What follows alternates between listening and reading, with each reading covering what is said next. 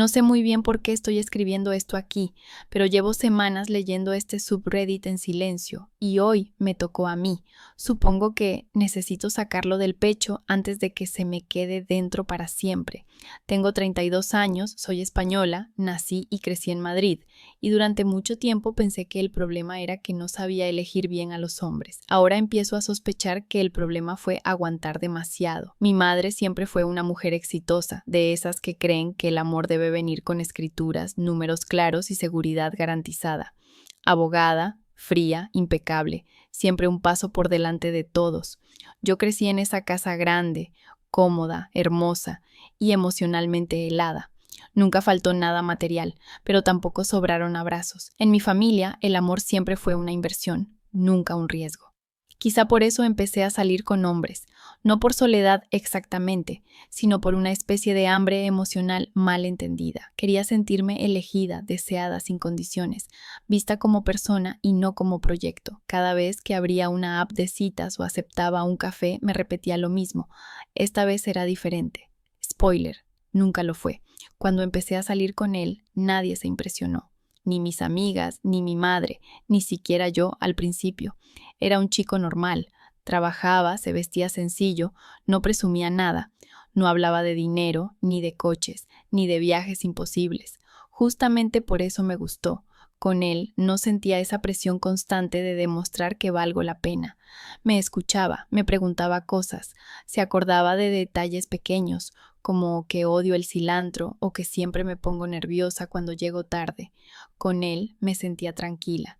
Y después de tantas citas raras, silencios incómodos y hombres que desaparecían sin explicación, esa tranquilidad se sentía como amor. Más tarde entendí que yo no era la primera mujer en su vida.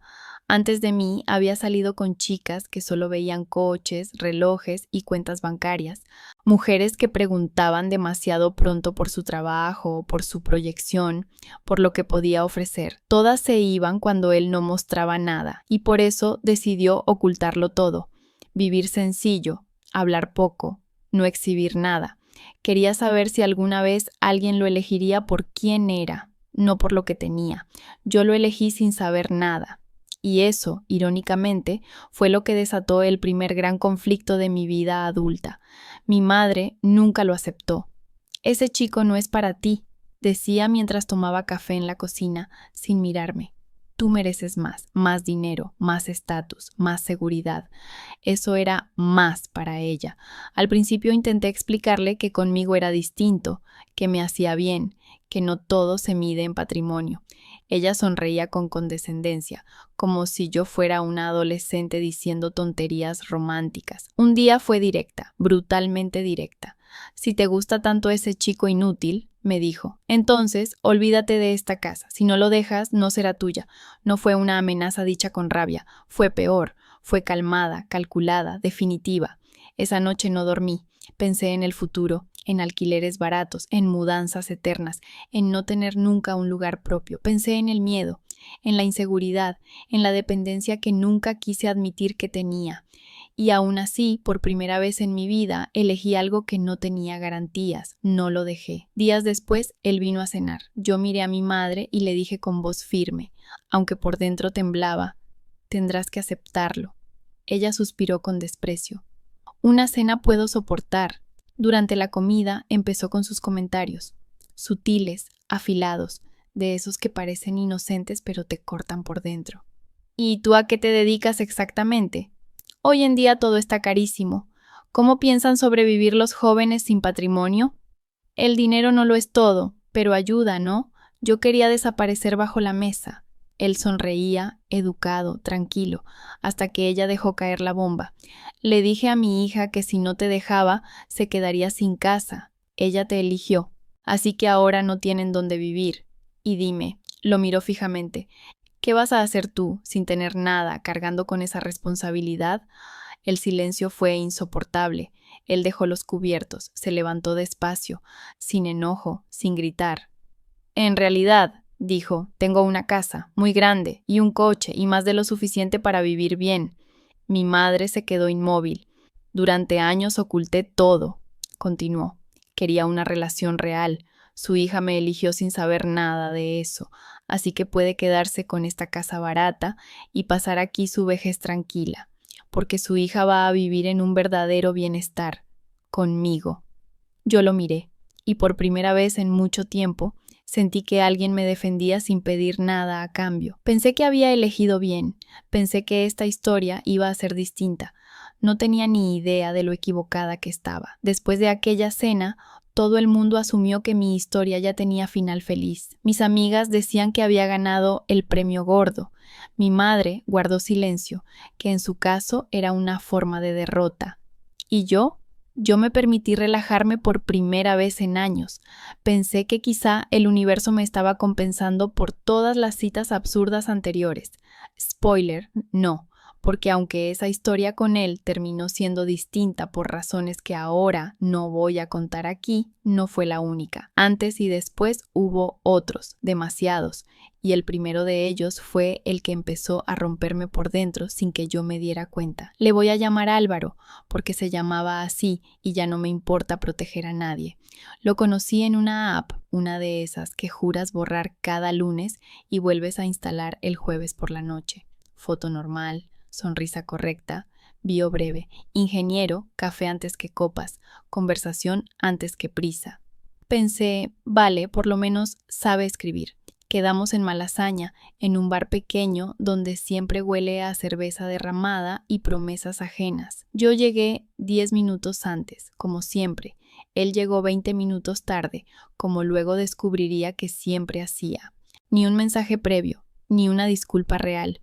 Perdona, estaba liado, dijo, besándome en la mejilla como si nada. Liado, primera señal. La ignoré. Al principio, la cita no fue horrible. Hablamos de trabajo, de viajes, de series. Yo me reí más de lo necesario, rellenando silencios que no me correspondían. Él miraba el móvil de vez en cuando, boca abajo, pero vibraba constantemente sobre la mesa. Cada vez que vibraba, yo sentía algo raro en el estómago, como si me estuviera colando en una vida donde no había sitio para mí. ¿Todo bien?, pregunté, intentando sonar casual. Sí, cosas del curro, respondió rápido, sin mirarme. Segunda señal. También la ignoré. Pedimos otra ronda. Yo ya sabía que no era buena idea, pero quería que la cita funcionara. Quería que él funcionara. En algún momento la conversación derivó a relaciones pasadas. Error clásico. ¿Y tú qué buscas ahora?, me preguntó, recostándose en la silla. Tranquilidad, respondí. Algo honesto. No perder el tiempo. Sonrió. No de forma amable, de forma condescendiente. Eso dicen todas. Ahí sentí el primer pinchazo real, como si de repente me metieran en una categoría invisible, necesitada, intensa. Otra más. Me encogí un poco por dentro, pero seguí. ¿Y tú?, le pregunté. No sé, dijo. Fluir, ya sabes, sin expectativas. Traducción. Quiero todo sin responsabilizarme de nada. La cita terminó de forma rara. No hubo beso, no hubo promesa clara de volver a vernos. Solo un «ya hablamos» lanzado al aire como una servilleta usada. Al llegar a casa me escribió. He estado a gusto. Repetimos. Yo sonreí como una idiota. Respondí al segundo. Pasaron 3 días. Silencio. 5. Nada. Una semana después subió una historia a Instagram desde el mismo bar donde habíamos estado, con otra chica, mismo vino, mismo ángulo, distinta sonrisa. No me debía nada, lo sé, nadie firma contratos emocionales en la primera cita, pero algo dentro de mí se rompió igual. No fue celos, fue humillación silenciosa. La sensación de haber sido intercambiable, de haber ocupado un espacio provisional mientras aparecía algo que le gustaba más. No le escribí. No reclamé, me tragué todo con dignidad mal entendida, pero esa noche me miré al espejo y pensé, ¿qué hay en mí que hace que siempre sea tan fácil desaparecer? Ahí empezó todo, ahí planté la primera semilla de duda sobre mí misma, y lo peor es que, en lugar de parar, seguí saliendo con hombres como si nada, como si cada nueva cita pudiera borrar la anterior. No aprendí, todavía no. Después de Álvaro, me prometí ser más cuidadosa, más fría, más lista. Me repetí que no volvería a entusiasmarme tan rápido, que observaría más y sentiría menos. Spoiler otra vez. Tampoco funcionó. porque cuando una viene cansada, cualquier gesto mínimo parece enorme. A Marcos lo conocí en una cena de amigos en Lavapiés. No era especialmente guapo, pero tenía algo que imponía. Hablaba despacio, miraba a los ojos, parecía seguro de sí mismo sin ser arrogante. Arquitecto, 37 años, divorciado de mutuo acuerdo, frase que luego aprendería a odiar. Me preguntó qué vino estaba bebiendo y escuchó la respuesta completa. Solo eso ya me pareció un milagro. La primera cita fue casi perfecta. Paseamos por el Retiro, hablamos de viajes, de libros, de ciudades donde nos habíamos sentido solos. Me dijo que yo tenía una energía muy tranquila, que con otras mujeres siempre sentía presión, pero conmigo no. Yo anoté mentalmente esa frase como un logro, como si no ser una carga emocional fuera una medalla. La segunda cita fue aún mejor. Vino a mi casa, cocinamos juntos, abrió una botella de vino caro que guardaba para ocasiones especiales, me contó cosas íntimas de su matrimonio, de cómo se había sentido invisible durante años. Yo escuché, asentí, empaticé, demasiado. Me fui a dormir pensando, esta vez sí. Y entonces empezaron las grietas, pequeñas, insidiosas. Marcos tardaba horas en responder mensajes, pero cuando lo hacía era encantador. Nunca cancelaba del todo. Solo reprogramaba. Siempre estaba cansado. Siempre tenía una entrega, una reunión, un problema. Yo me decía que era normal, que los adultos tienen vidas complicadas. Pero algo no cuadraba. Siempre parecía haber espacio para mí, solo cuando a él le venía bien. Un día, tomando un café en Chueca, le conté algo personal. Una inseguridad, algo que me costó decir en voz alta. Él me escuchó con media sonrisa y respondió: no te lo tomes tan en serio, mujer. Le das demasiadas vueltas a todo. No lo dijo con mala intención, o eso quise creer, pero sentí cómo se me encogía el pecho, como si lo que acababa de confiarle fuera una exageración infantil. Me disculpé por sentir. Empezó a hacer comentarios así cada vez más seguido, sutiles, disfrazados de consejo. Eres muy sensible. Te tomas las cosas demasiado a pecho. Deberías relajarte un poco, si no espantas a la gente. Yo asentía, tomaba nota, intentaba corregirme, convertirme en una versión más fácil de querer. Una noche salimos con sus amigos. Yo estaba nerviosa, pero ilusionada. Pensé que era una buena señal, un avance. En medio de la cena, uno de ellos preguntó cómo nos habíamos conocido. Antes de que yo pudiera abrir la boca, Marcos respondió: bueno, todavía estamos viendo qué somos. Se rieron. Yo también. Por fuera. Por dentro sentí que me habían quitado la silla mientras estaba sentada. Más tarde, cuando le pregunté si había hecho algo mal, me miró sorprendido. No exageres, dijo. Es que tú vas muy rápido. Ahí entendí algo que me dolió admitir. Todo parecía perfecto solo mientras yo no pedía nada. Ni claridad, ni lugar, ni nombre.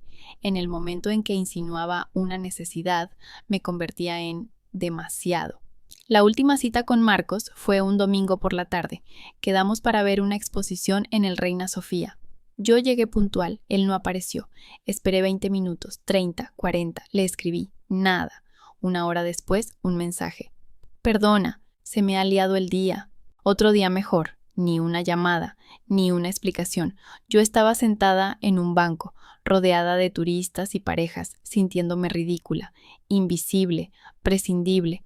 Esa noche no lloré, me sentí peor, vacía, como si cada pequeña humillación se hubiera ido acumulando dentro de mí, construyendo una versión de mí misma que empezaba a creer que quizá no merecía más. Y aún así, cuando días después me volvió a escribir como si nada, respondí. Ahí supe que la escalada no estaba en ellos, estaba en mí. A Julián lo conocí cuando ya estaba cansada y creo que por eso me pareció distinto.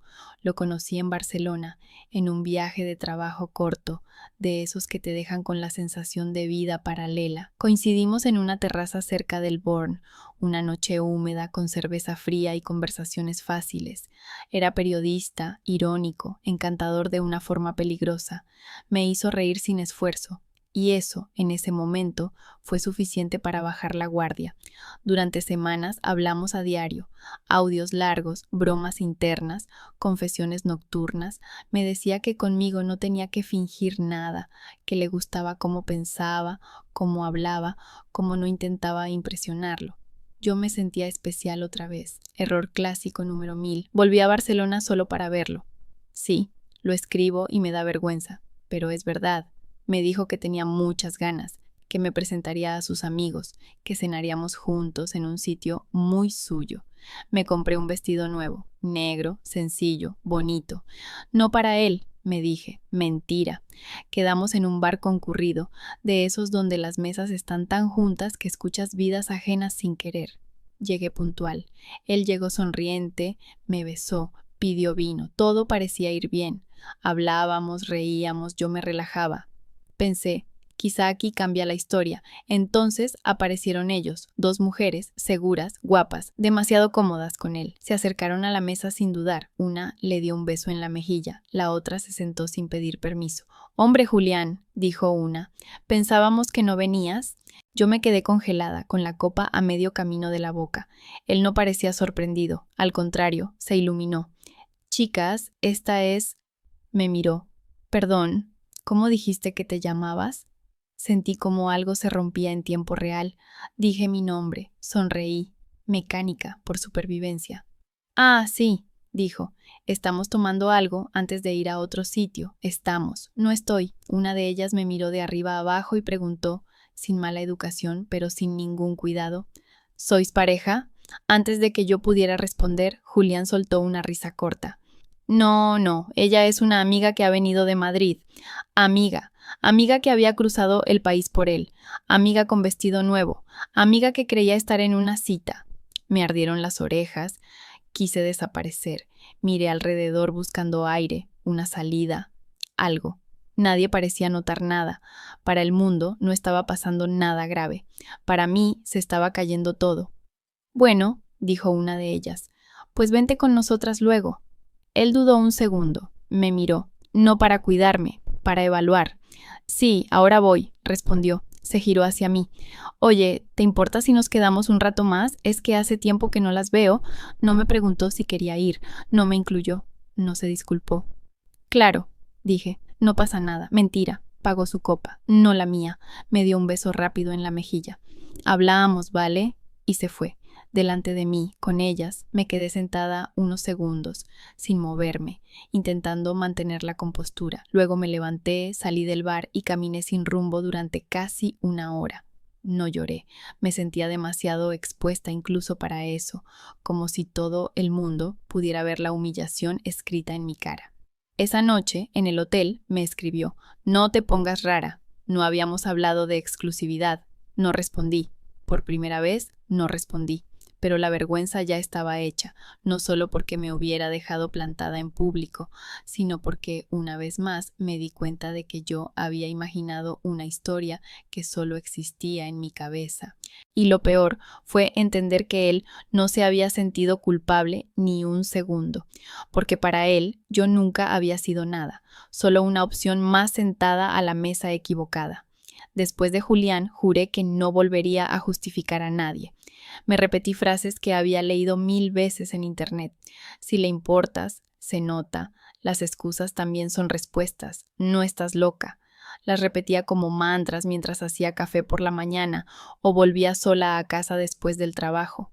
Me convencí de que había aprendido, de que ya veía las señales, y entonces apareció Sergio. Sergio no llegó como una tormenta, sino como una neblina, despacio, sin sobresaltos.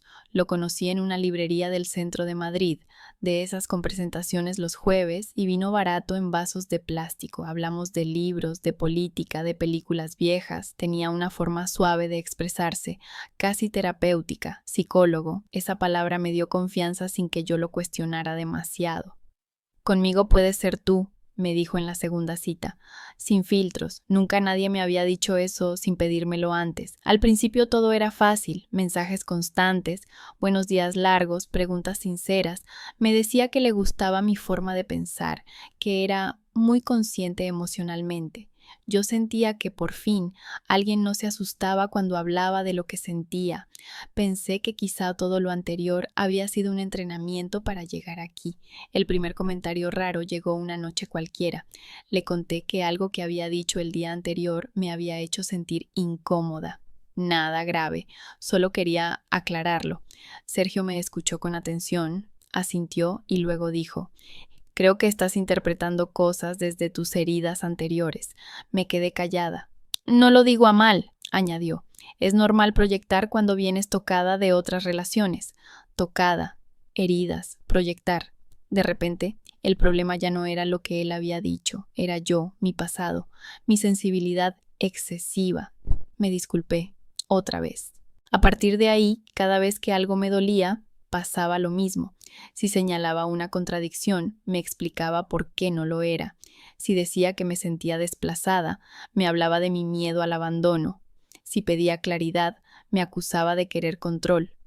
Te estás poniendo intensa, decía con voz calmada, y la intensidad suele venir del miedo, no del amor. Yo asentía, confundida. Empecé a escribirle menos, a pensar más antes de hablar, a revisar mentalmente cada mensaje para no parecer demasiado.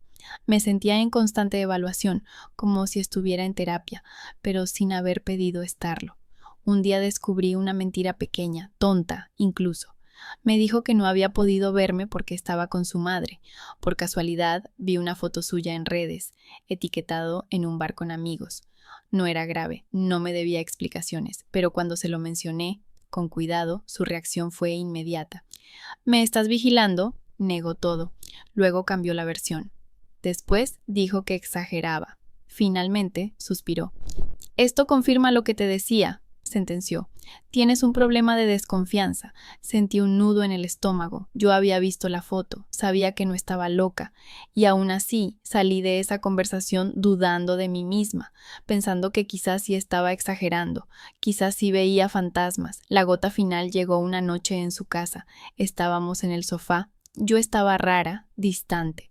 Me preguntó qué me pasaba. Dudé, pero le dije la verdad, que me sentía insegura, que necesitaba saber si iba en serio conmigo. Se quedó en silencio unos segundos. Luego sonrió con tristeza. Me preocupa que siempre necesites garantías, dijo. El amor sano no funciona así. Ahí algo se quebró, porque no estaba pidiendo promesas eternas, solo coherencia, presencia, honestidad. Entonces, ¿qué somos?, pregunté. No lo sé, respondió, pero si sigues presionando, lo vas a estropear, presionando por preguntar. Esa noche volví a casa caminando, llovía, Madrid estaba gris y ruidoso. Yo me sentía pequeña, confusa, profundamente cansada. Pensé en todas las veces que había dudado de mi intuición por no parecer conflictiva, en todas las veces que había aceptado versiones ajenas de la realidad solo para no quedarme sola. Sergio me escribió al día siguiente como si nada. Un meme, ¿qué tal duermes? Yo miré la pantalla durante minutos largos y por primera vez no sentí ganas de explicarme. Sentí miedo, pero también una claridad incómoda. No estaba perdiendo la cabeza, me la estaban apagando poco a poco. Y eso, curiosamente, dolía más que cualquier abandono anterior. Pensé que después de Sergio ya estaba vacunada contra todo, que nadie podía volver a desarmarme así, con palabras suaves y culpa envuelta en papel terapéutico. Me prometí escucharme más, huir antes, no negociar lo básico. Lo escribí en notas del móvil, lo dije en voz alta frente al espejo, incluso se lo conté a una amiga, como si decirlo bastara para hacerlo real. Y entonces apareció Daniel. Daniel llegó cuando yo ya no buscaba nada, o eso creía. Lo conocí en Valencia, en el cumpleaños de una compañera de trabajo. Alto, divertido, de risa fácil. Nada intenso, nada profundo al principio, justamente por eso bajé la guardia. No hablaba de emociones, no analizaba nada, no parecía querer cambiarme, me trataba bien. Y después de tanto caos, eso se sintió como paz. Las primeras semanas fueron ligeras. Mensajes espontáneos, planes improvisados, besos sin promesas. Yo me repetía, esto es sano, no te estás enganchando. Mentira, me estaba enganchando porque por primera vez en mucho tiempo no sentía que tenía que justificar mi existencia. Daniel fue quien propuso que me quedara un fin de semana entero en su casa. cocinar juntos, ver películas. Como una pareja normal, dijo riendo. Esa palabra, normal, me atravesó. Me ilusioné más de lo que quise admitir. El viernes fue perfecto, vino a recogerme, música alta en el coche, conversación ligera, cenamos fuera, caminamos por la ciudad, dormimos abrazados. Me desperté el sábado con esa sensación rara de calma que casi había olvidado. Pensé, quizá aquí se rompe el patrón. El sábado por la tarde empezó a cambiar algo, nada evidente, microgestos. Miraba el móvil más de lo normal, respondía con monosílabos. Yo intenté no interpretar, no anticipar, no entrar en pánico. Me dije que estaba cansado, que no todo gira en torno a mí. Por la noche, mientras yo me duchaba, escuché su móvil vibrar varias veces seguidas. No miré, de verdad, no quise, pero cuando salí del baño, él estaba serio, distante, como si algo se hubiera cerrado por dentro. ¿Pasa algo?, pregunté. No, respondió rápido. Todo bien. Mentira número 1. A la mañana siguiente se levantó antes que yo. Cuando salí del dormitorio ya estaba vestido, nervioso. Me dijo que tenía que salir un rato, un tema personal, que volvía enseguida. Me besó rápido, demasiado rápido. Pasaron 2 horas, luego 3. No contestaba mensajes. El estómago empezó a dolerme de esa forma que ya conocía demasiado bien. La casa no era mía, no tenía llaves, me sentía fuera de lugar, como una invitada que ya no sabían dónde poner. A las 5 de la tarde me escribió. Oye, mejor que hoy vuelvas a Madrid. Le pregunté qué pasaba. Me dijo que luego hablábamos, que no era buen momento, que estaba saturado. Insistí, no grité, no acusé, solo pedí una explicación mínima, y entonces llegó el golpe. Mira, me dijo por audio. Creo que te has montado una película. Esto no es tan serio como tú crees. Nunca te prometí nada, nunca te prometí nada. Esa frase cayó como un martillo, porque era verdad, no lo había prometido, pero tampoco había sido honesto. Me había dejado quedarme, me había hablado de normalidad, me había dejado imaginar un lugar. ¿Hay otra persona?, pregunté, con la voz ya rota. Silencio, largo, definitivo. No es así de simple, respondió al final, pero ahora mismo no puedo con esto, yo. Hice la maleta en silencio. Dejé las llaves sobre la mesa, cerré la puerta sin hacer ruido, como si quisiera desaparecer sin molestar. En la estación, rodeada de gente y ruido, me senté en el suelo y lloré por primera vez en mucho tiempo. No de rabia, de cansancio, de derrota, no era solo Daniel. Era todo junto, Álvaro desapareciendo, Marcos minimizando, Julián humillándome, Sergio confundiendo mi cabeza. Y ahora esto, la confirmación final de que siempre llegaba más lejos sola que acompañada. En el tren de vuelta miré mi reflejo en la ventana, ojeras, cara hinchada, ojos apagados, y pensé algo que me dio miedo pensar. Quizá el problema soy yo, quizá pido demasiado, quizá no sé querer bien, quizá no soy suficiente. Ese fue mi punto de quiebre, no porque alguien me dejara, sino porque, por primera vez, sentí que me estaba perdiendo a mí misma en el intento de que alguien se quedara, y eso ya no dolía como una cita fallida, dolía como una traición interna. Después de Valencia no pasó nada espectacular. No hubo mensajes dramáticos, ni bloqueos impulsivos, ni despedidas definitivas.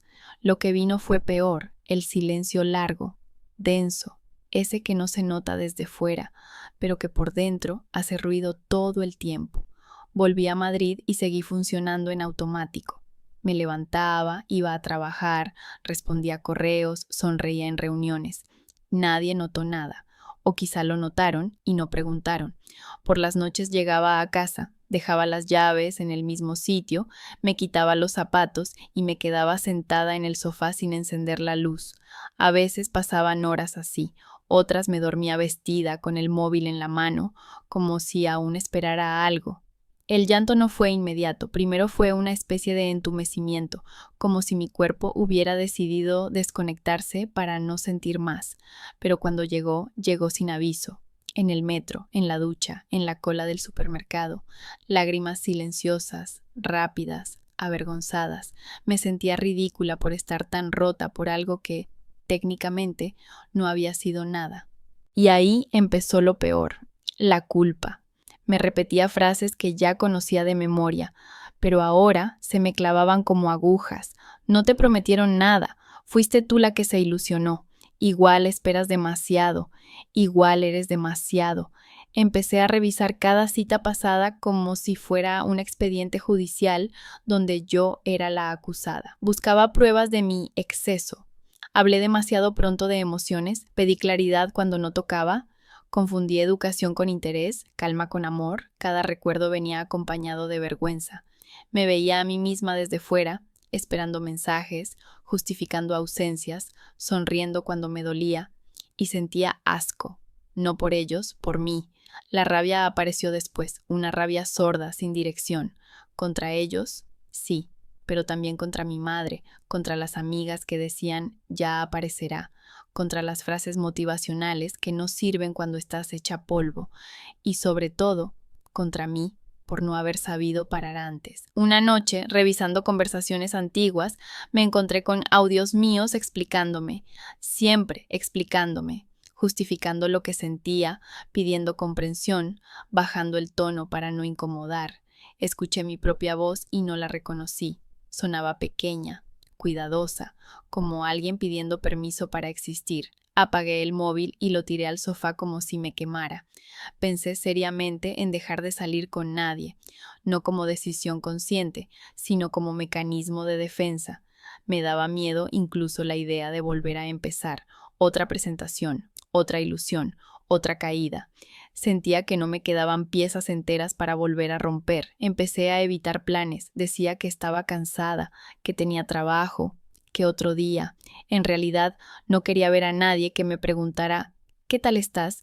Porque no sabía cómo responder sin desmoronarme.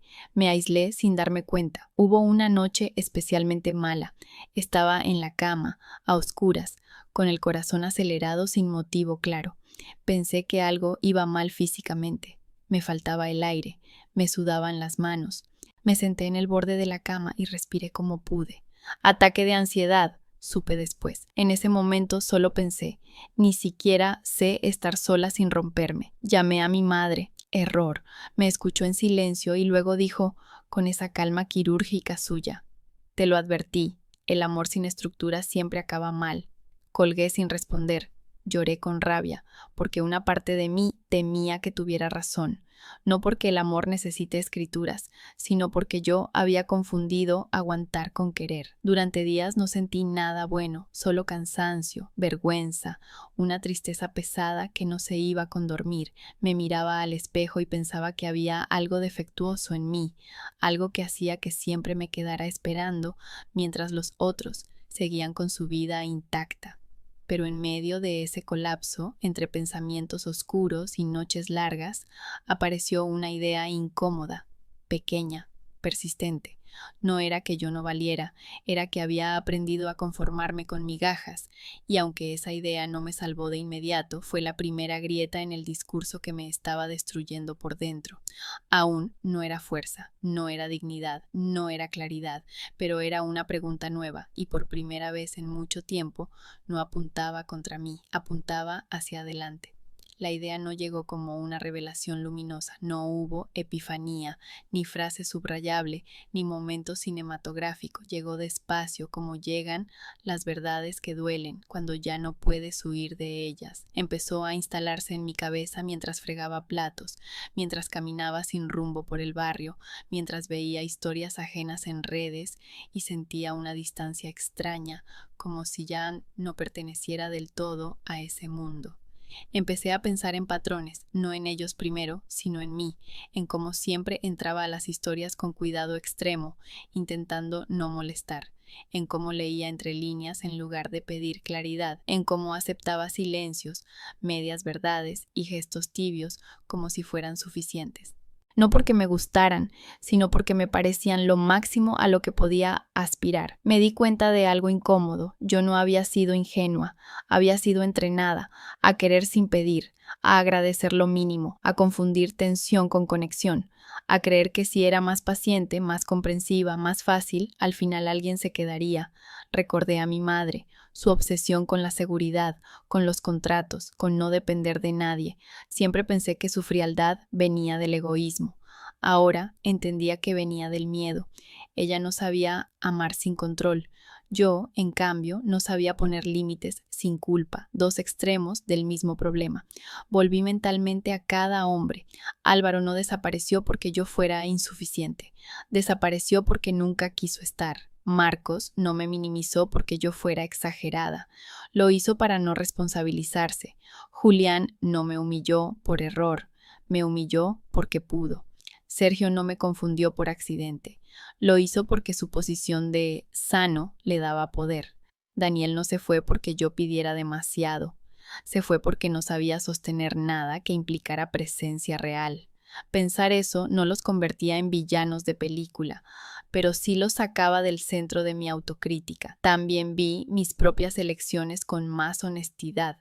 Vi cómo me quedaba cuando ya me dolía, cómo justificaba lo injustificable, cómo llamaba entender a aguantar y cómo, en el fondo, tenía pánico a incomodar, a exigir, a quedarme sola. Entendí algo fundamental. Yo no había tolerado la falta de respeto porque no la viera, sino porque me parecía familiar.